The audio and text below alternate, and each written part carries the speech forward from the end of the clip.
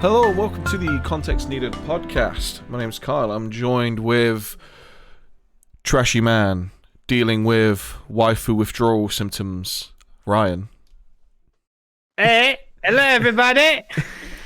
And Shooty McShooty, Corona specialist, Ollie. I am, hello. How you boys doing? He's that's dying. the answer. So, for those who weren't aware, obviously we took last week off. We made the joke about it being that one of our mothers said we weren't allowed to do it. That was actually Ollie's mother said he wasn't allowed to do it. But you've had the Rona, haven't you? I have had the pepperoni. How was it? Was it fun? I give it a. It wasn't fun. I give it a 2 out of 5 on Tripadvisor. Now, if you had the chance to do it again, would you? No. Jesus. Funnily enough.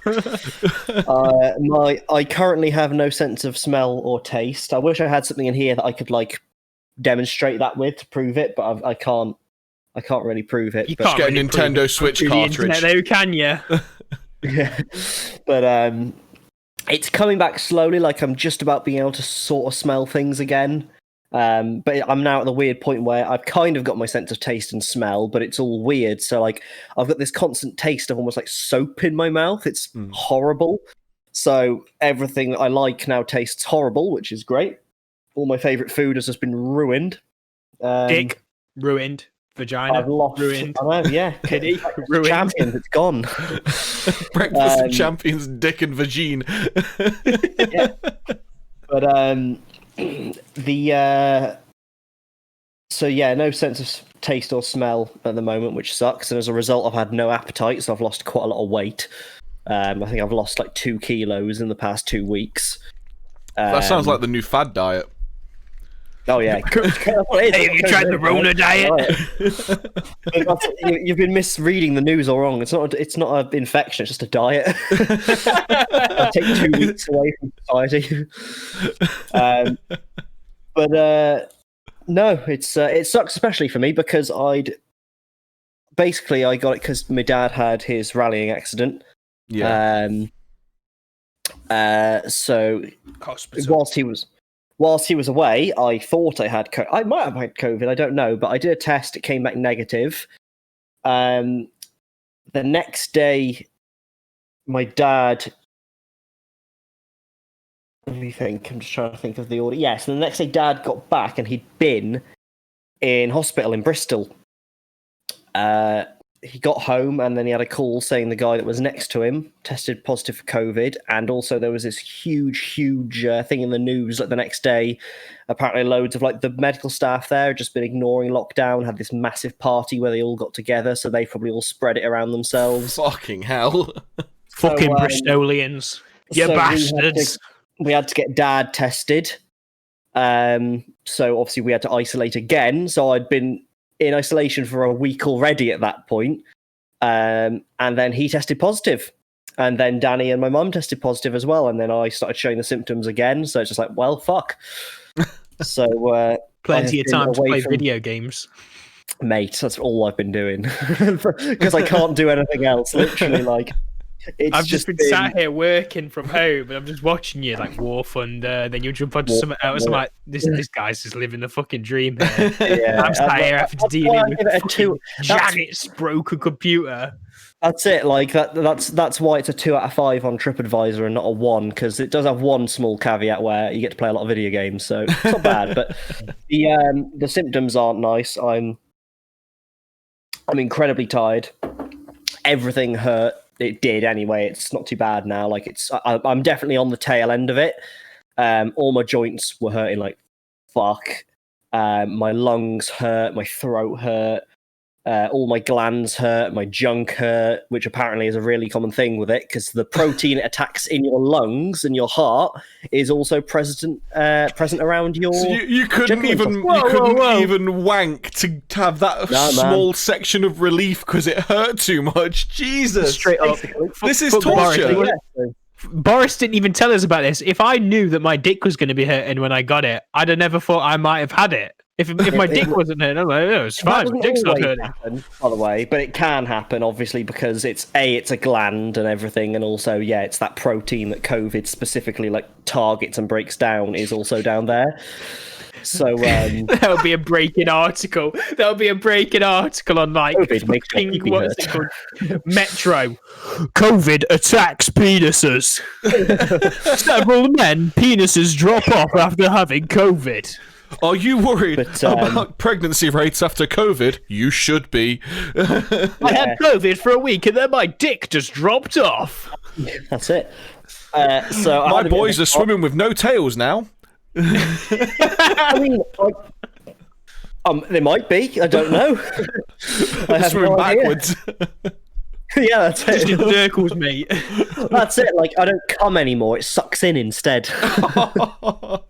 My dick is now Henry Hoover. Oh no, my keyboard's dusty. Oh, but the breadcrumbs got stuck in the... Oh, it's itchy. But, other symptoms were just the dreaded cough, which wasn't that bad. I was expecting, because I was speaking to a friend of a friend who'd had it quite early on, when this was all starting out, and she said she literally could not stop coughing, it was almost uncontrollable. Wasn't that bad for me? I was definitely coughing, but not that much. Yeah, I spoke to Tom earlier today, actually, who was letting me know how he did get that cough at one point where he was worried, where he was like, I actually can't breathe right now. I might need to call 111 because he was getting quite bad. It's not nice. And then I only had the temperature one day, briefly. Felt like you were sitting in the Bahamas for a day. Well, no, because I felt cold. That's the weird thing. I felt so cold. But I felt so... it's hard to describe what it felt like. It's the flu. It's the flu heat you get where you are sweating your nutsack off, but you're shivering. It was the way I felt unwell. Nothing obviously hurt. I was used to the lungs and the throat hurting, but it was just... The only way I can describe it is it just felt like my whole body was cringing in discomfort. And then I just felt so unwell, and I took my... Because I've been keeping an eye on my temperature, and I took it once and it was way high. So yeah, that has been my COVID experience. I've been shut in the house for 3 weeks now. I'm very bored. I haven't driven in a while, and I keep going dizzy. And that's not nice either. That's another thing. Really, really dizzy, which isn't nice. No standing up quickly then, basically. Basically, there's been times I went to bed a few nights ago and the room was just spinning. It's fucking awful, honestly. It's like that gif of the guy coming out the door and just falling down the stairs. Yeah. I went, because what it is, because my dad's sleeping downstairs because he can't walk upstairs because of his legs, I went to the loo before bed and all the lights were off. So I turned the landing light off and it was dark. So I was walking to feel for the bathroom door, just it was dark.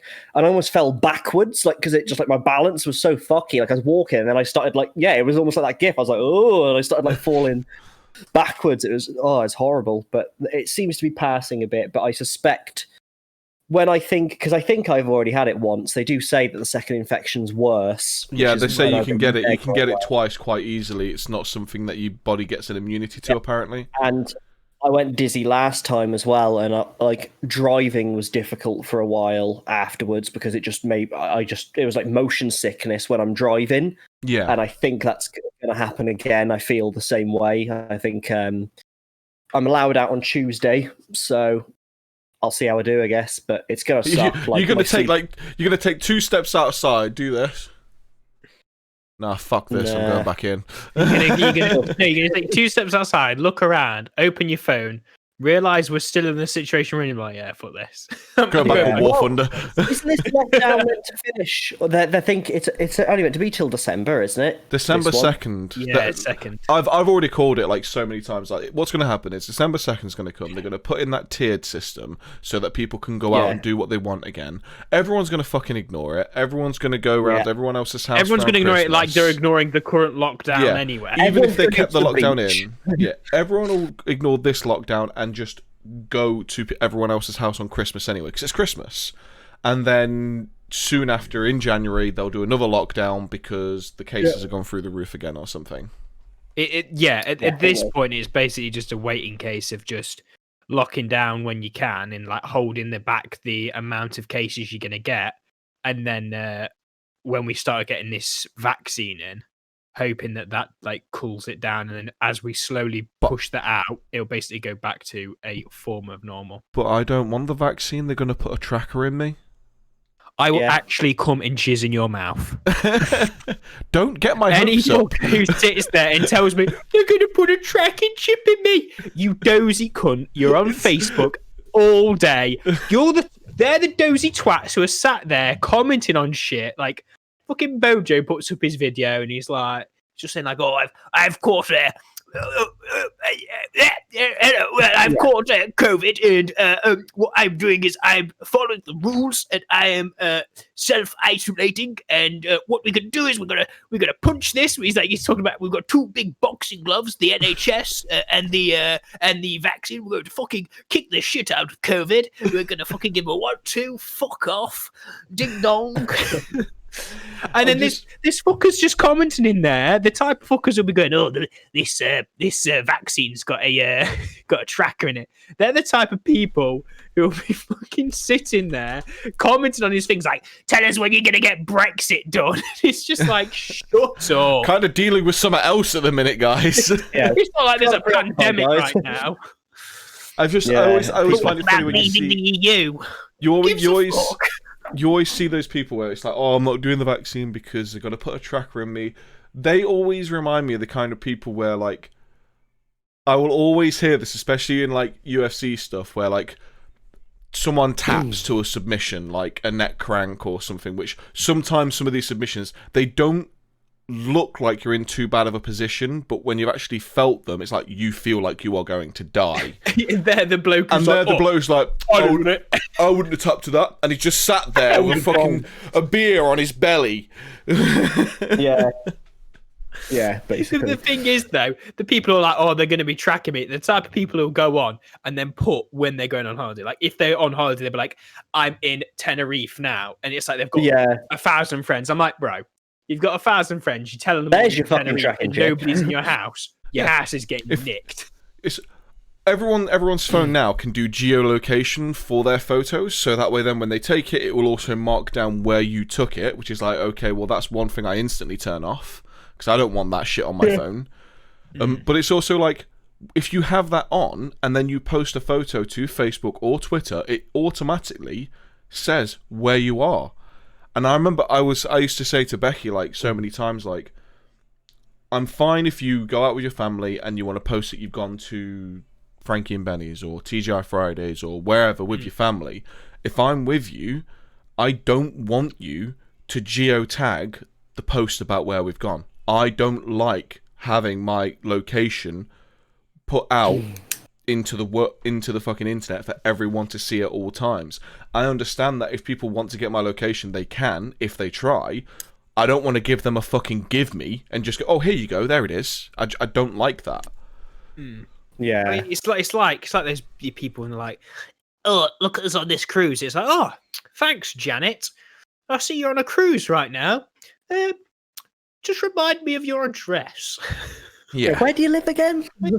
Oh, don't worry, guys. It's fine. Janet did the radio technique where you leave a radio and one light on when she went. Yes, so the fucking burglars can dance around as they make your shit. Unplug that. I'll take that as well. Come on, let's go. I'll put Radio 2 on to keep everyone away. Out the door. It'd be better off just having, like, Alexa oh shit, she's gonna respond to me now. Have like an Echo and then a Google thing, and just start a conversation with them, so they constantly talk back and forth, and then just leave that running while you go on holiday, because then it would just sound like a really shit conversation. And then you come back and the robot uprising has begun and you started it. You need full-on Home Alone vibes, like cardboard cutouts going around on the train. Did you I saw actually on note of that Home Alone thing, because I saw they was doing the remake, and the best thing I've heard someone say about this was they're doing a remake of Home Alone. I'm worried that it's going to be terrible, let's face it. But what I saw that would be amazing for them to do is have Macaulay Culkin play the kid again, and have no one take note of him being a 40-year-old dude, but make him be the Home Alone kid again, and he plays it out completely. That would be just so like brilliant to do. He's not even like, he's Home Alone, but he's just a fully grown man who just lives by himself. It's like, he posted earlier this year on Twitter. He literally just said, "Do you want to feel old? I'm 40." And it's like, fuck you, man. Why you attack me like this? Yeah, come on, man. That's not cool. Odd. I'm not happy about this. Oh, have you just looked at the Home Alone remake? What's it say? I'm just not happy. It's Disney. Who's the kid? Oh, it's Disney. It's yes. So I know him very well. Archie, you know the little fat kid from Jojo Rabbit. Yes. I've not watched Jojo Rabbit, so I've not watched it, but he's the one in all the trailers. The little friend, the psychic. He has been cast in it, but he's not Kevin McAllister. But let's just remember this: there was more than just number 1 and number 2 of Home Alone. There was 3 and or 4. Everything after number 2 was shit. No, the thing is, like when I was a kid, I actually liked 3 because I was a kid and I just liked the stupidity of it. I know for a fact, if I went back and watched all 4 of the Home Alone movies that are out now, that I know of anyway, I would thoroughly enjoy the first 2. The third one, I'd go, it's got nostalgia vibes for me, but it's nowhere near as good. And then the fourth one is just a fucking write-off, even when I watched it when I was younger. Even as a kid, I watched 3 and 4. Well, I started watching 3 and 4. I just didn't like them because it was just like, you know, when you've grown up, and the only 2, when I was young, the only ones I knew was 1 and 2, and 1 and 2 are just like they're classics. They're Christmas movies that you will nearly watch every Christmas. It's like watching Die Hard. Die Hard, yeah. Those are the films that you watch every Christmas, and I do not sit there and go, crack open that box set of Home Alone. Let's get number 3 and 4 on, boys. See, I think 3 has a bit more nostalgia for me because somehow, and I don't know how this happened, I'm sure I ended up watching Home Alone 3 before 1 and 2. How? I don't know, but I could be wrong, but in my head, from my knowledge of my childhood, I'm sure I watched the third one first. I don't know whether it was because just before the third one came out, there was a weird void where Home Alone just wasn't played in the house or wasn't on TV. And then after the third one came out, people remembered the original ones and they started putting them back on the TV. But I just distinctly remember watching the third one. But it's like, I think, for me, Christmas movies, there's always Die Hard. I have to watch Die Hard. Die Hard's brilliant. I used to also do a thing where around actually this time, I'd start replaying Metal Gear Solid 3. And I'd very slowly, methodically work through like the whole thing, like over until basically Christmas Eve when I'd finish it. And I did that like 5 years in a row. And it wasn't something that I planned to do. It would just be, I'd get to this point, I'd go, you know what I want to play? Snake Eater. And I'd just go and play it. Stream it. You should stream it. Is it on PC? Christmas special. Don't know. I bet you could emulate it. Emulate it, yeah, it'd be a piece of piss. I did. Snake Eater was fantastic. I liked Snake. I think that was probably my favourite. Yeah, for me as well. One of the best Metal Gears out there. I liked. Let me think. I enjoyed 4. I really enjoyed 4. I understand why people had issues with it, But I 4 think was good. 4 but- was a very good movie game, but still Yes, had. it was mostly cutscene. Yeah, if you actually went and just had fun in a lot of the areas that you could, it was actually a really fucking good action game as well. It was, yeah. Like the game, it was just it was typical Metal Gear Solid, really. Like it played like any other Metal Gear Solid game, which wasn't a bad thing. It had some cool features. It was 4 where you had like the adaptive camo, wasn't it? Yes. And there was like you had to collect. There was a thing to collect like all the camos as well, which I seem to recall we did. There was there were like special textures you could get on it in like. There were only like one area you could go to get them. Yeah, and I remember there was one which really freaked me the fuck out. It was like in the middle, I think it was when you were tracking the scientist woman after she'd been kidnapped. You was tracking her, and if you went like really off the beaten path, you'd just find this like plaque on the ground, all of handprints. And if you laid on it, you'd get that handprint on your camo, and it looked really fucking weird. Yeah. Because I remember we did the keratin frogs, which you had to shoot all of them in order to get the stealth suit. Yeah. That was in number 3, wasn't it? Was that 3? I couldn't remember if it's 3 or 4. It might be in 3 and 4, because I know there was keratin frogs in 3. It might have been 3 I'm thinking of. I know we always used to do whatever you needed to do to get the stealth suit, because it was always some arduous task. But I remember like there was one where it was like the texture was in some like bathroom area. It was a tiled floor, but then between them there was like a grating, and that grating was one of the like camos you had to get. I remember. But oh man, and then was it 3 where you fought the end? The sniper. Yes. Yeah, because you could get his camo, which was the best camo in the game, apart from the stealth suit. Because if you lay on any foliage, it was 100% camo. Yeah, it was also the only one that was. It was a different way of getting the camo. I remember, because all the other camouflage, the way you'd get it was by knocking them out rather than killing them. So everyone else was that, but the end. Even if you knocked him out, you wouldn't get his camo. I think you'd just get his Mosin. You had to sneak up to him and hold him up and make him speak 3 times while holding him up, and then you had to knock him out. Yeah. And I never got that one. In the entire time I got it, I never got it. That was hard as well, because you had to find him, didn't you? Like he was. Yeah, I know really now. I'd be able to do it really easily, because all you need is the thermal goggles and the directional microphone, and it's really easy to follow him. Yeah, but that was things I loved in that game as well is how you could kill the end like way before that fight. Like if you go in that one area and you can see him and like some guy pushing him in a wheelchair, and you can just get him there, just like boss fight averted. Did you? I remember the first time I did that. I didn't realize that you could kill him. It was my second or third time playing through. I didn't realize that was one of the ways you could kill him. I killed him, and I was like, that can happen. But then the wheel of his wheelchair hit me, because his wheelchair, he explodes, causing his wheelchair to explode. And what happens is, on the time of the explosion, they basically programmed it so his wheelchair wheel would fly in your direction. So if you didn't move, you'd get hit by his wheelchair wheel and get knocked out. I remember being like, wait a minute, I didn't realise I could kill him there. Bang! And then I just burst out laughing. I don't remember him blowing up. I think you can just shoot him as well. No, yeah, every time you shoot the bosses in those games, they all blow up. No matter what you do, they all blow up, because that's part of their like allure. I can't. It's been such a while. I explode. Well, it was like because the bee. You had the pain who exploded into basically a load of bees. Bees. Then you had.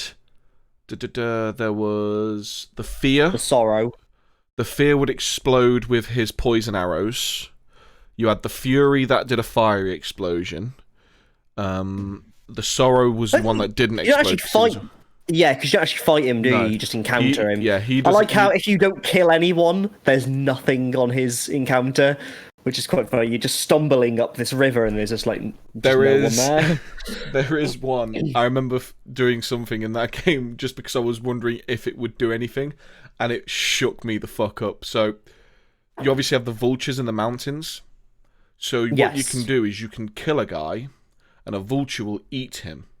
You can then kill the vulture and eat that vulture, and then when you're in that sorrow scene, the guy who you killed, who you ate the vulture that ate him, he goes past you, literally going, "You ate me! You ate me!" I did not know that. That's awesome. You told us this before. I can remember you Did I? telling us this specific story in a previous podcast. Yes. Oh I shit! don't remember that. I don't remember you saying that. But yeah, That's the Rona. Your that's the brain's Rona. broken, Ollie. that's it. My brain's just Can't monkey take brain that anyway, longer. so it's doing this stuff anyway. Monkey brain, he can't remember what he's told us. Yeah. But no, that was a It was such a good kick-ass game. But yeah, I used to play Oh, such that a every good game. Christmas. And funnily enough, movie that was nothing to do with Christmas, but I watched pretty much every Christmas, but I'd always miss the beginning, was Tangled.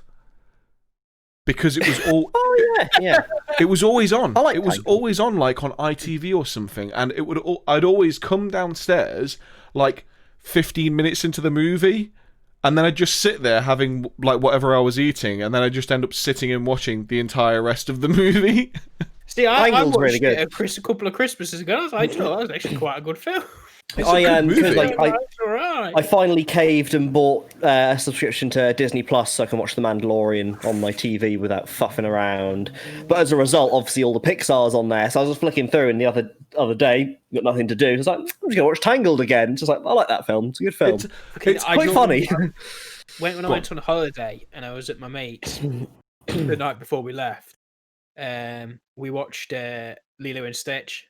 I was like, yo, I've watched this in time. This is honestly one of the best films that Disney have ever put out. See, That was a good one. Yeah. when we had the first lockdown kick in, obviously I was saying to you guys how me and Becky did Marvel. all the Marvel movies, but Becky also by herself has just been doing all the Disney classics. And she's not got up to it yet, but I can't wait for her to get to the Hercules movie. So many people like bag on the Hercules movie, but I fucking love the Hercules movie. God, Hercules is I don't such like many a of the funny one. films. Like, if I'm gonna go old Disney films, it's what Aristocats. I never liked that one. Never seen it. And Robin I've never Hood. seen it. Robin Hood in Oh. Jungle Book, maybe, just because like Robin Hood. I like Robin Hood. Hood. Jungle Book is a bit meh for me.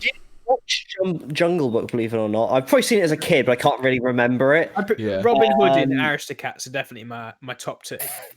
Fox and the Hound. That's a Fox very and- old That's a one. good one. Fox and the Hound is heartbreaking. Yeah, that's course old. it That's is. an old one as well. What else is there? See, did I you think, guys watch any of the straight to DVD sequels for Disney movies? No, possibly. I can remember might they'd have. always turn up on other Disney movie DVDs as like Yeah, the trailer. so- Sell them. They were usually You'd be like, usually they were pretty trash, but The Lion King 2 actually slaps. Like that's actually a really fucking good sequel to a Disney classic movie. there's a lot of people who've said that. Yeah, Because I think I've I've watched seen Lion it. King 2 more than I've watched Lion King 1. I've only watched Lion King 1 like once. Don't fuss me. Yeah, I think I've only seen it like once as well. I'm The- not but not Hercules. massive Disney person, to be honest. Like I I- say, I only really like those two. I classics. used to get into arguments with people because they say, "Oh, Hercules is like one of the worst ones." It's like, no, it's fucking Oh no, not. no! Hercules is fucking way. one of the It's so best ones funny. out there I because think it's got the you can damsel in appreciate distress more that as an isn't a adult. damsel in distress. Yeah, I think it's you watching it as an adult as well. There's quite a lot of adult humor in it as well, that obviously you don't pick up on when you watch it when you're younger. Yeah. But I'm just trying to think if there's any others that I can really remember. There was The Rescuers. I remember The Rescuers, but I don't think I've ever Can't watched. remember it much. I don't think I ever watched the first Rescuers. Again, I've only ever watched the sequel that was on DVD, The Rescuers Down Was Under. that the Down Under one. Yeah. Down Under. Yeah, I think Because same it has, actually. it Yeah. has the albatross.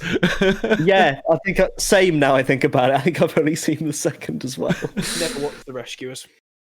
Like I Yeah, said, it's the Down Under it's one's not alright. amazing. It's It a was Disney alright. movie. Yeah.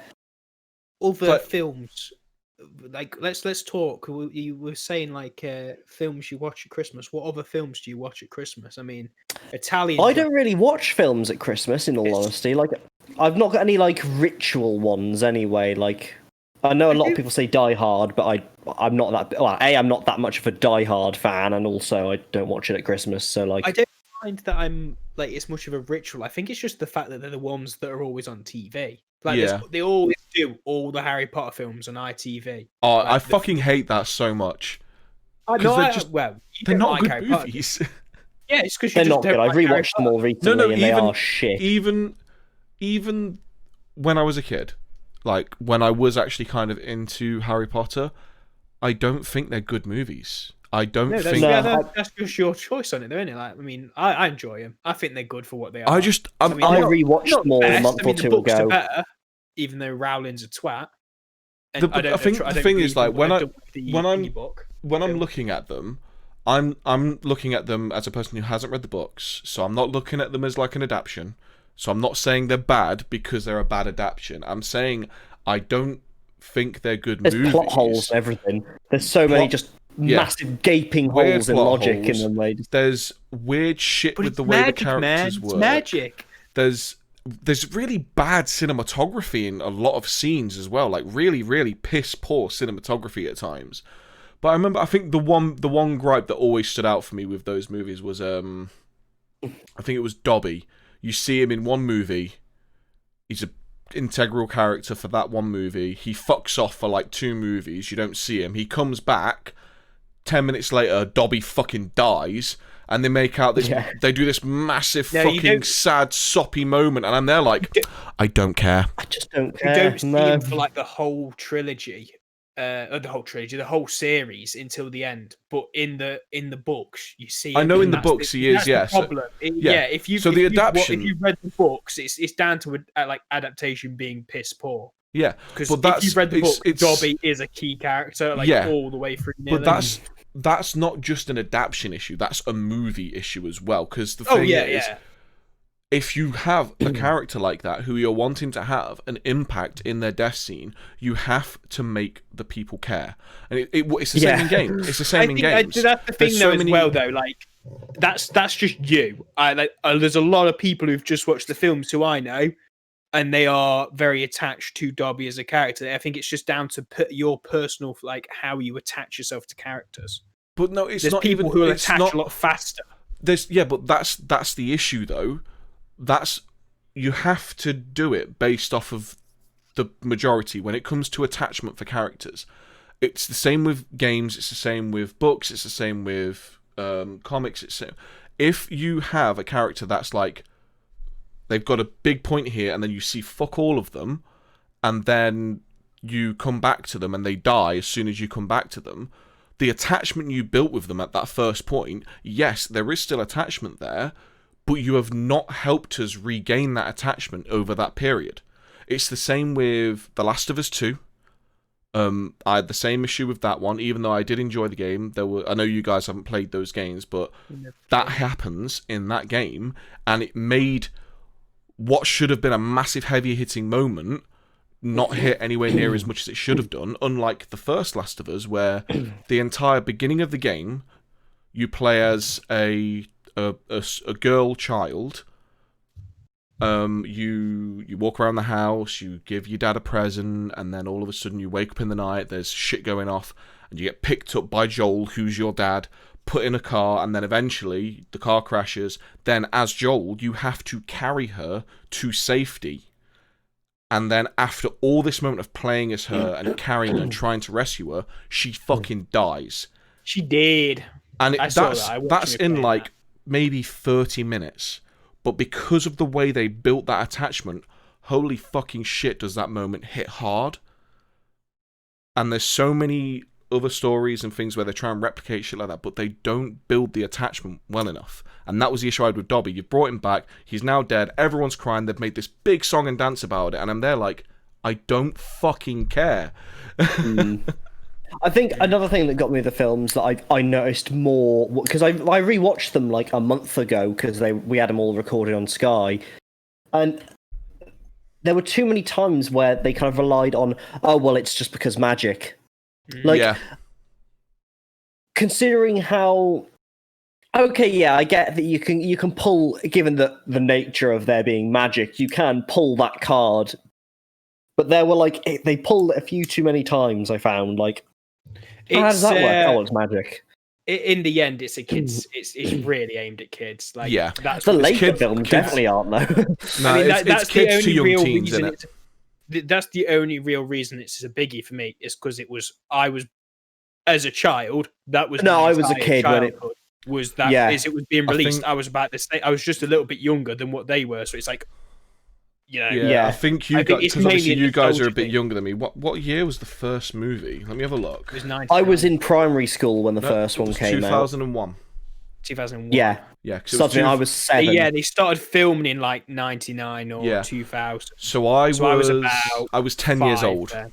I was 10 years old. Yeah, So I don't know where. The thing is, I can't even say it's kind of like it missed my age group because Becky fucking loves those movies. But I think that's again Well, they were because huge. she read That's the books though. though. She It's loves like, the it's like I books. just said. It's like I was just saying. It's just personal preference. That's literally all it is. It's just down to that's not your type of film. Simple as. I mean, I'm not gonna. We're not trying to force you to like it. No, it's weird are. though because the thing is though when you've got like It's like, odd at that the end you of it, it's a were fancy- one of it's a those fan- kids who's really obsessed Yeah. with it as it's well. it's a fantasy adventure movie. That's what it is. Put Yeah. just at the crux of it. That's exactly what it is. And I fucking love those kinds of things because I loved Star Wars. And everyone likes to say Star Wars is sci-fi. It's not. Star Wars is a fantasy adventure movie because it's got Well, it is fucking sci-fi wizards. as well. But It's Star fantasy. Wizards. That's what it is. Yeah. It's a fantasy adventure with sci-fi elements, and I fucking love that. I think it's just like I say, it's just down to what you like, isn't it? Really, in the end. Yeah, I mean, but I think like I was saying though, as I watched it again as I got older, because I started to get a bit more into things like cinematography and shot composition and all that kind of stuff, that they're the kind of things that really pulled out to me. That was like, You're just a cynical old man. Get out of here! You're ruining my kid fun. but it's like, I mean, going from something that Uber. I don't enjoy as anymore, like, but go to like the John Wick movies. I still haven't love, seen those. I really need to watch them. I fucking love I those rewatched movies. them, I did. I love those movies. One, Keanu Reeves is a fucking dreamboat. Keanu Reeves. A very But- nice man. They have all the action done really well, but again, the shot composition on a lot of the action, the shot composition, and the colors that they use, and the cinematography they use, really draws out the style that they're going for in those movies, and that's what really draws me in even more. And that's your thing, though. It's like it's down to your movie makers. What didn't help the Harry Potter films is again similar to the recent Star Wars. They had multiple directors within the first few, and then they settled down in the last lot, which is like, okay, that's good. You've settled down. I think that's They're the at least a problem bit more nowadays. Is consistent. with it's just they're just jumping between directors with loads of films. It's like just fucking stop. Get a Just do one. director. He has to do this film. If you're doing a trilogy, that director will do that trilogy. No fucking ifs, no buts. I think- fuck off if you don't want to do It shows where you're saying that with the director, though. It shows because I like the third movie, but that's because it's of the Harry Potter. Potters. Is it Prisoner of Oh. Azkaban, the third one? Azkaban. It was a good film. That was. I think it was one Star of the best Wars. I was films. like, Because I like that because that was where you started. That was where the darkness really creeped in, and then the darkness in the later ones wasn't done as well as the third one. I don't think. But The fourth. The even, fourth one was a bit. The fourth one dropped. Like I must admit, the fourth one dropped quite a bit in my opinion compared to the third one. Then it went back up on the fifth. Yeah, fifth and sixth are probably my favorite. I felt like from what I remember, I do remember the way they had to beat him. I was just thinking, this is just convoluted for the sake of being convoluted to make him seem more powerful. They could have done this a better way for me. yeah, no, I'm with you on that. Yeah. Oh. And as well, like the way he died at the very end of the film in the books. Now, and this is something I'll give J.K. Rowling. She made it. She says he dies just like a normal man. When they kill Voldemort at the very end, he just falls over dead like a normal man. In the films, they made it. Oh, look at him disappearing into dust. It's like no, because what we're saying is he is no bigger than a normal man. Because as soon as there was nothing magic about it. Like he was just a guy getting killed. You know, people don't just disappear. Yeah. And that's the thing, and it's like Because there was no reason for him to disappear. Is it Horcruxes or something? And So yeah, he has Horcruxes, and it's basically where he splits his soul by killing. Yeah, and that's people, why he and looks so puts him in fucking items. messed up. Yeah, because his soul isn't in his Yeah, body. basically he was brought back from one of his Horcruxes, and that's why he looks a bit fucky. And they used like this bits of like basically it was like a big like alchemist like kind of deal where they put him in the cauldron. It's like him as a fetus, and then the blood of his the bone of his father, the blood of his. If they'd have watched Full Metal Alchemist before trying that, they would have realised that was a bad idea. Full Metal Alchemist was a bit after that, okay? But I mean, I think like this thing though, it's like it's just one of those films. It's like if I see it on TV, I'm like, I'll just leave that on. I'll watch that. Because it's there. It's like The Hobbit's on. I mean, The Hobbit's not really a great film. I haven't seen that either. See, I don't think I'd be able to leave on The Hobbit personally. Lord of the Rings, mind you, I fucking would. Yeah. Oh, they don't play Lord of the Rings. I need to rewatch them. No, do you want to know why they don't? Because they realise they're going to lose out on all that screen time for everything else. Lord of the Rings playing on ITV takes about 5 hours. Yeah, with all the fucking ad drop breaks they've got to do. It's like if they have to have adverts every 25 minutes. What other films then would you really see? Like, can you remember from Christmas that like just be on TV or TV shows? I mean, like Big Fat Quiz of the Wit. Yeah, that's something I try and watch. Doctor Who used to have a special every year. Doctor Who usually has a special, yeah. Well, probably still does. I just don't watch it anymore. Yeah, Doctor Who now shit. That went down. It's really annoying because around my parents' house they put fucking Mrs. Brown Boys on. Like they have a Christmas Mrs. Brown Boys, and every time I'm just there like, fuck off. And my mum's like, you used to watch this when you was a kid. It's like, yes, mum, when I was a kid. I am not a kid. It's just shit. It's always been shit. There's like some funny moments. I think probably because I was a kid, it was on. I didn't have control of the TV. Yeah, that's it. Like, you watched it because it was all there was to watch. Did you know they didn't? There's an Irish version. So like the original version is an Irish version. Irish comedy is fucking awful. I am very sorry, people from Ireland. It's just fucking shit, man. Like you really need to pick it up. It's like American comedy but worse, and that's saying something. I was like, Jesus, man. It's like honestly, it was cringeworthy just how crap it was because it just wasn't like it wasn't even like it's cringe. It's just not funny. Like there was just no entertainment. It was like sometimes you get comedians that are so bad it's fun to laugh at them, and then you get the others where it's like you're just bad. There's no reaction. You're just bad. And like I'll give the British version they did. I'll give that one a little bit because that one they're actually semi-funny at times. Talking about actually like semi-funny and like not funny and like American humor. Have you guys ever watched Paul Blart Mall Cop? No. There's a lot of memes about it. It's not good. There's a there's a lot of memes, but it's crazy about the amount of memes. The memes are really funny.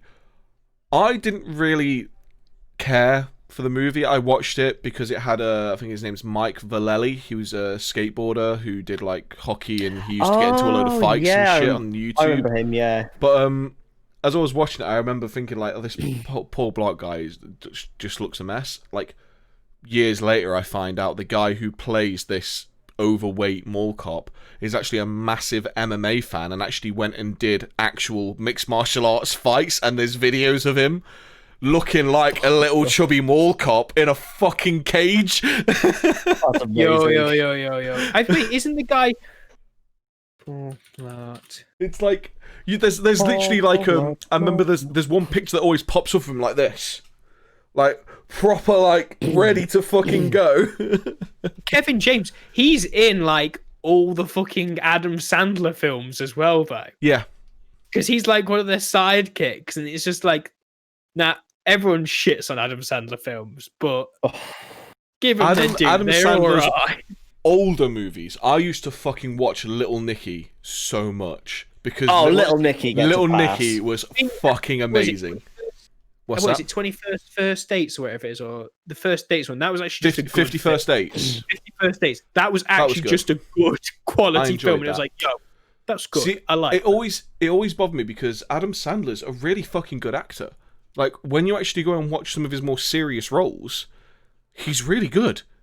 And then you've got there was the movie Click with the TV remote, Click's which really good.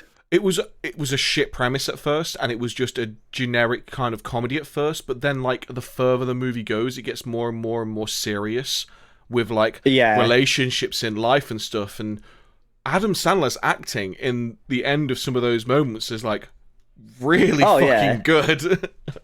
Yeah. Don't think what's Who's the Daddy? That was another one. Is that Who's the daddy? Is that the one where He I'm adopts sure the kid. Yes. Yeah, I think I've only watched that on once or twice. But I liked is it Happy Gilmore, the one with golf? I've never seen Happy Gilmore. That one's like that one's one of the more stupid ones. But it's brilliant because of how stupid it is. Like, just some of the shit that happens is like that shit wouldn't fly, but okay, weird flex, but we'll allow it.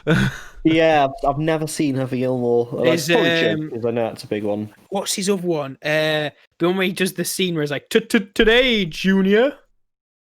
Can't remember what it's called. It's where he has to do school again. Oh yes, I know which one you mean. I'm just sure what it's called. School movie. It is Billy Madison. Billy Madison, that's it. I can remember watching that. That was actually quite a good film as well. Mainly Don't Mess with the Zohan. The teacher that he wants to fuck. I never watched Don't Mess with the Zohan. It was a strange one. It was kind of fun. It was like if you were to throw an Adam Sandler mix on Borat, basically. Yeah. Straight up. Basically what it was. In hindsight, I think it was trying to ride on the success of Borat of a kind of strange Eastern European man, basically. It's got the guy out of Transformers, you know, the guy who plays Agent Simmons in Transformers. Yeah. It's got him as the villain, but at the end, it's like, spoilers here, at the end, it's like all of them like get these little shops in this mall, and he has like this goat outside his shoe shop. It's just so stupid. But then like Adam Sandler's just there, and he's just like he goes into this guy's house, and it's the really annoying like small guy, that blonde younger guy out of the group of people who always do the films with Adam Sandler, and it's his mum, and Adam Sandler's just shagging his mum. And this guy comes in, finds him shagging his like stupidly fat mum, and he's like, "I'm sorry, I'm just saying thank you for the soup." Or something stupid like that. I've just realised, actually, going back to Kevin James, like you were saying, turns out he actually did a movie where he does play a mixed martial arts guy. It's called Here Comes the Boom, and it's actually got an old like Pride UFC fighter in it, from what I can see. What's his name? Bas Rutten, I think his name is. Yeah, Bas Rutten. He plays like his coach or something, I've just seen. I need to watch that, because Bas Rutten's actually like a really funny guy who also could knock you the fuck out. Yeah. Oh man. I need to watch. Speaking of good shit films, Dodgeball. Yes. I've only watched it once, and I did enjoy it that once. It's good. It's terrible, but it's brilliant. I think the issue I have with a lot of, because let's face it, that is like the cookie cutter comedy for American movies. You've got Zoolander, some of the older Adam Sandler movies probably fit in that cookie cutter as well. And I think because I kind of moved away from it, I missed quite a lot of the ones that are in that box but are actually still pretty good. Because I've heard like... Have you seen The Other Guys? I've not seen The Other Guys. The only scene I've seen is the bit where it just goes, aim for the bushes, and then they jump off the fucking ceiling and die, or something stupid like that. Yeah, that's a good film. It's Mark Wahlberg and Will Ferrell. That's why I haven't watched it, because it's Will Ferrell. It's I would say for Will Ferrell, it's one of his better roles. Of all the films I've seen with Will Ferrell in, like I've seen him in a few films, and I think that my two favourite films of Will Ferrell, especially as a lead, Talladega Nights. That is a fantastic film. Not about drag racing. That is NASCAR. That's a funny film, but I think it's because the humour in it isn't just centered around him. Like, obviously he's funny in it, but like, it's just a bit of a ridiculous film. Yeah. But then, but yeah, I must say the other guys. I think it's because it's Mark Wahlberg as well, and I do up like until that Marky moment, Mark. I'd only seen him in Mark Wahlberg's Shooter. definitely been coming out really well in a lot of films recently. I'd only seen him in Shooter up until that point, which was a very serious film. So it was Shooter. like, I remember watching Shooter. One Mark Wahlberg movie you guys should watch, which it's not an amazing movie, it's not fucking box office breaking, but I used to watch it loads with my stepbrothers when I was back living with my parents. It's called Four Brothers, and it's literally right. They're all adoptive brothers of this older lady who gets shot in a convenience store like hold up. So they all go back to like bury her, and then also to find out what happened to her.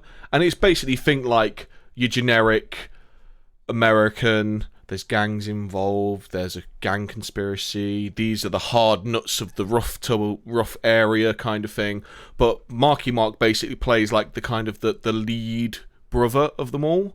And then there's the guy who's, I think is one of the lead guys for that. It's the band that did I'm Sorry Miss Jackson, The Outcast. He's in it. And Andre 3000. Andre 3000's in it. And then there was also, there's the black guy who plays Tyrese in the Fast and Furious movies. I can never remember his name, but he's in it. I know the one who you mean. Yeah, and then there's just another white guy. I've never seen him in any other movie, but he plays like the black sheep of the guys, because he went off and did like bands and cocaine and all that kind of shit, whereas the other guys were all like more like Straight-laced. Not, I wouldn't say straight-laced, they're all from rough upbringing, they're all from rough neighborhoods, but he kind of went off and did his own thing. That's actually a very good movie. I remember thoroughly enjoying that movie, as stupid as it is at times. And there's also, have you ever watched Firefly or Serenity? I'm yet to watch them. We've been over this before in another podcast. Yeah, no. So Yeah, I'm just trying to. about I'm trying to find a movie that you've seen this guy in. Have you watched Doctor Strange? Yeah. No. There's the guy who fights with Doctor Strange, who has those boots that lets him jump around, and he's got the stick that can like elongate. I think I know the one you mean. The black guy. Yes. Yeah. I know the one you mean. Yeah. So I forget his name. He plays like the bad guy in this movie, and it's like it's so ridiculously over the top at times. It's actually really good. Yeah. Mark Wahlberg films. Two Guns. Have you watched Two Guns? I've not seen Two Guns. Denzel Washington and Mark Wahlberg. Oh my god, this film is gold dust. You don't need to say any more. You've already said enough. That's what I mean. Watch it after this. The very end scene is fucking amazing. It's, honest God, just watch it and then come back to me, and next week we'll talk about Two Guns and how fucking good it is. I need to go back to like, so you've got like the older 90s movies where they went thoroughly over the top. So there was the Punisher movie with John Travolta as the bad guy, who has one of the most over-the-top death scenes I've ever seen in any movie, where he ties him to the back of a slow-moving vehicle that drives through a car park, and all of the cars either side explode one by one as the car slowly rolls through until he then explodes. It was like, a bit excessive, but okay. And then you've got Face Off, where the training the SWAT teams have in that is to literally jump through the window, guns blazing. Ah, yes. I'm trying to think of other good films I've watched. Straight to DVD films. Actually, I'm going to show you a straight to DVD film. Oh God. to watch. God. Now this was when I first I was watching a lot of stuff about LARP, and I found this piece of fucking gold. What the hell is that? That is Knights of Badassdom, and it's got fucking Peter Dinklage in it. Wait, what? It's pretty honestly. It's got Peter Dinklage. It's got one of the guys out of, is it Community? Is the one with Thingy Glover in it? This guy here, him. He's in it, and it's just about these guys who LARP. but then they actually summon the devil or a succubus or something, and it's just basically about like how it all just goes down. Honest to God, fucking worth it. It was like I was like, wait, this never came out in the cinemas. I'm like, oh, This is never came why. out in the cinemas. But then I watched it. I was like, it's actually pretty good. Like, it had a decent like chance in the cinemas. It wouldn't have done amazing, but it'd have probably got a good like amount of views because it's got Peter Dinklage in it and stuff. Was But that it's probably before or funny. after Peter Dinklage's rise to fame in Game of Thrones? Let me double check that on the internet for you. I think it was after. It's like, yes, I've gone from the fucking Hand of the King in Game of Thrones to I'm When did playing Game of Thrones LARP. start? I don't know. Was that 2012, wasn't it? Something like that. Thrones. Thing is, it wasn't huge when it first started either. So like, Yeah. It was 2 years into Game of Thrones. It was 2013. Christ. Mate, honestly, everybody, Peter Dinklage, you think he's amazing in Game of Thrones? You ain't seen Well, nothing. that's what came out. That's what came out. It was probably filmed like a year before. It probably let me did that see in what between like filming bits for Yeah, Game probably. of Thrones. Like, oh, this is just in case this new weird Game of Thrones thing doesn't take off. I'll be in this hot new film. What do you mean straight to DVD? It was actually released in 2014 in the United States, but then it was like released at an Icon Festival. Right. So there's Icon Festival is an Israeli science fiction and fantasy fan convention held annually in the Tel Aviv Eshkol Pays during the Sukkot holiday in September and October. That was when the film was originally thing. going into actually Just watch the film. the film festivals and stuff. I remember there was a movie that I really wanted to fucking watch that had been released something like 3 years before I wanted to watch it, where it was shown at like Sundance Film Festival, then it was released in America, and it never got like a European or UK release. And I remember I had to troll through the internet just trying to find like a decent copy of it anywhere, because it wasn't a very big movie even when it was released in America. And I remember it took me like months to find it. I can't remember the name of it now. I think I'm sure it was Joseph Gordon-Levitt. And it was basically, there was two worlds very, very close to each other, to the point where you can go back and forth between them. But the gravity, say you're from the bottom world, only that world's gravity will affect you. So if you go to this other world above you, you have to basically like wear the clothing of that area or put the metal of that area on you to keep you planted on that planet. And it was one of those generic, oh, these people believe they're better than these people and these people are downtrodden because of it. But it was basically that kind of setting, but there was like a romance story going on between it as well. I just remember it being like a really fucking good movie, and it took me ages to find because of these fucking film festivals. It's not called Two Worlds, is it? Let me see if I can find it. I'm, while you guys I'm talk also about just shit. checking. I swear, I'm just because I want to say there's a the film called actors Two Worlds. from Knights of Badaster.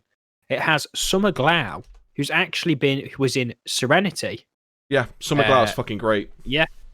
Steve Zahn. Let me see what he's been in. He's been in War for the Planet of the Apes. He was in Diary of a Wimpy Kid. Another very funny film.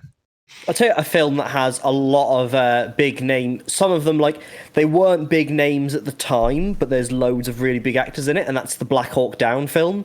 Oh, Black Hawk Down film is... Black Hawk Down is got, amazing. Nicholas Conrad...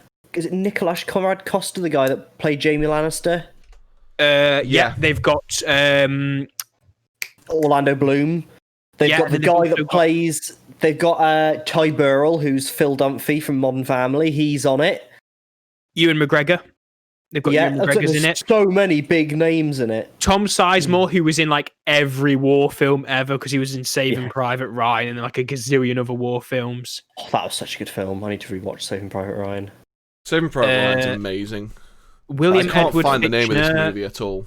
Eric Barner, Josh Hart, Daniel Hartnett, like Black Hawk Down.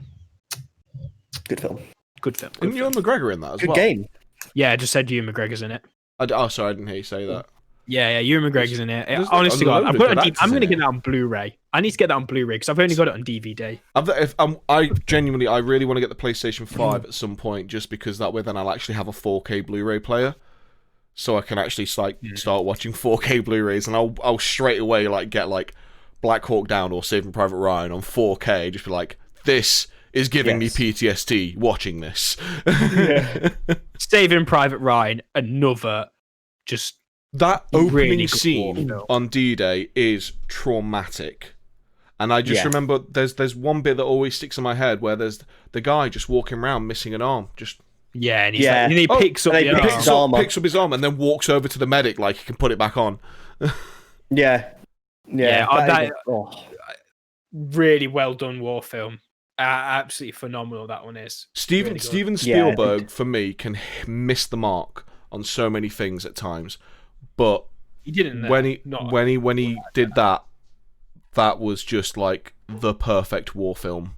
There's so many little details they got right in it. I mean, there's a few little details they got wrong, but like it's a film. A film's a film, right? You can't get a film, but like there's so many you can watch YouTube videos on it, and there's so many little details that they got right with just because they put them all except Matt Damon through really rigorous training, so they hate him more. Yeah, as well. Didn't they make everyone else had to do? I think it was either 3 or 6 months of training, and then something like that. Matt Damon they did it with the Irish Army. Yeah, and Matt Damon only had to do the last 2 weeks. So all the people doing the training actually built up a bond through the training. And then Matt Damon just comes in at the last moment, oh, you're right, guys, and then they all just get pissed off at him, and it Vin shows. Diesel dies straight away, and you're just like, fucking Vin Diesel, you dickhead. Oh man, it's funny because that was when he was actually doing good roles, and then he went into obviously doing the fast movies. And fair enough, the fast movies have their appeal, and I'll watch them because they are just dumb popcorn movies at times. But they are stupid as fuck. I can't get along. Terrible. With them. I was watching a clip about them, and they were like, "Oh, here, the RX-7 in it. Yeah, they put a V8 sound effect over the engine." I'm like, "Fuck off!" Yeah, that was annoying. What film am I watching? No, it's now I'm definitely not watching them. I've been watching with Danny Lucifer on. Is it Netflix or Prime? I think it might be on both actually. It's on Prime originally, but it's out on Netflix on both. as well. It's later seasons are on Netflix. That's Marvel. Quite a good show actually. That's Marvel. Lucifer. Yeah. Lucifer is a character in the Marvel universe who's literally in the comics. They made him look like David Bowie, and they made him one of the most powerful beings in the entire comic universe. Not Marvel. This one is DC. Marvel. Sorry, DC. Yeah. DC. This one we're watching isn't. I don't think. I knew it was from a comic, but it's a DC comic. I'm sure the series. TV series is definitely DC. The wiki is telling me here. Don't worry. Yeah, I'm sure it is because I remember talking to someone about it. Nothing DC about it, or the guy with Tom Ellis in it. Tom Ellis. Yeah, they've made it. They've basically because even the comics I remember for the Lucifer ones, they have nods from what I remember to the other stuff, but it apparently it's the mainline Lucifer stuff is apparently just Lucifer really. It's apparently I think it's produced by DC. Is this the same? It is it's based off of the comics though. It's based off of the Lucifer comics. It's based off the DC Comics character created by Neil Gaiman, Sam Keefe, and Mike Dringenberg, taken from the comic book series The Sandman. It is Tom Ellis, yeah. Oh shit, because it sounds daft. Usually when you watch something that's been made by Well, every trailer I've ever seen for that, you're like, that doesn't look like a DC comic. Honestly, watching it, I would not have known that was DC at all. There's nothing DC about. I just thought it was a show. But anyway, good show. But there was a bit where a guy was he's riding a Triumph Rocket 3, which is a inline 3 motorcycle, and they were putting Harley noises over it, and it really bothered me. I hate shit like that. There is about Lucifer. It's gun sounds as well. Where they put 50 cow sounds over smaller pistols. Fucking M1911. Yeah. With Lucifer, I was watching a video where they was talking about it and how the original character in the DC comics was... They basically just said to the person drawing it, we want this guy to be David Bowie, but because we want David Bowie to be one of the most powerful beings, but we know we can't really use David Bowie's likeness without annoying him, so make it as close to David Bowie as you can without it being David Bowie. So when you look at the comics, it's like, that looks like discount foreign David Bowie. But in the series, I know, they use a lot of nods because they knew they couldn't get David Bowie to do the character or get someone to look like David Bowie. They just made him look completely different, but they just play a lot of David Bowie music in the show, apparently. But that costs a lot. There was a little bit. I'm just... Because I could believe that it's DC, but like... Usually you watch something Marvel or something like that, and when it starts, you'll have the Marvel Studios, or... There's nothing like that. Yeah. Like, so, which makes me think maybe it's only based loosely on it. I think it is just based loosely. Also, maybe they were probably struggling to sell their shit and have people watch it at that time, so they went, oh, let's just not put the DC logo. DC are constantly struggling to sell their shit because they just keep... It's like just fucking sifting out shit constantly. Like, oh, apparently, yeah, the Swamp Thing series is really fucking good, and they cancelled it after like 5 episodes, and everyone was like, why have you cancelled it? This was fucking great. Have you seen any clips of Batgirl or Batwoman? Don't want to. It's fucking awful. It's fucking awful. I watched like the first episode, like skipped through most of it because it was just so shit. It's properly awful, like really bad. See, I remember I watched about like these series ahead. I remember I used to watch the Green Arrow series, and I remember I enjoyed the first series, and then the second series came, and I think I got halfway through the second series, and I was like, I kind of fell off. And then obviously all the other stuff came off of it as well. So there was like the Flash series, there's the Supergirl series, there's all these different series now in this like Arrowverse or whatever they've called it. I just remember like I watched like a few episodes of Flash and I was just like, I'm not enjoying any of this. It's like the only Flash I'm looking for is somebody's titties or a dick. Sucker Punch, that's a good film. We're going to finish it off. I'm just going to say Sucker Punch is a good film. That's one of those good bad films. Yeah, it's a good bad film. I mean, it makes I only go in there for the sense action. at all, but yeah, the action scenes are. When I always forget it was Zack Snyder who did it, and I'm like, it's always easy to know when Zack Snyder's doing a movie. It's like, look, we've got overuse of slow-mo. Well, yeah. But there is actually a few videos on YouTube I watched like with Sucker Punch. So I really enjoyed that, and then someone went really deep, pretty much frame by frame, looking at this movie and broke down like the hidden meanings of so many different parts of it, and explained like pretty much just went in and explained this is why it's so weird, but this is what the story, this is what's actually happening in the story. And this is just all in her mind that we see, kind of thing. Yeah. But yeah, I think with that we should we should close off because I know you want to head off, Ollie. Watchmen's also a good film. It's a bit long. Yeah, a bit convoluted. The soundtrack. Let's not talk about the soundtrack by What's Their Faces. No, it's the sex scene in The Watchmen where they use Hallelujah, but it's the really bad version of Hallelujah. Yeah. I'm trying to think. Is it Muse? Is it Muse? I can't think of. They had a fucking band, and it was just like no, just no. There's a really funny a clip I'll send you guys that's based off like right at the end of Watchmen. That just gets me every time. I'll post it in the Discord. Yeah, put it in the chat for us. But yeah, so we're gonna close it off there. If you've got any questions or queries or memes or shit posts or movie recommendations, drop them over to our Twitter at ContextNeeded1. It's all at the bottom there. To email us, basically you'll be emailing us for permission for you to be sending over a 4,000 word essay with a 1-page abstract. Quill written, wax sealed, owl sent delivered. Via owl. To do that, you have to email us, and we will tell you exactly where that needs to be sent and what time frame you have to send that as well. But with that, My name's Kyle, joined with Ryan and Ollie. We'll be back Yo. next week, guys, at the same time. Follow us on Twitter, send us some shit, and we'll see you guys soon. Yeah. Also, Chef's a great film.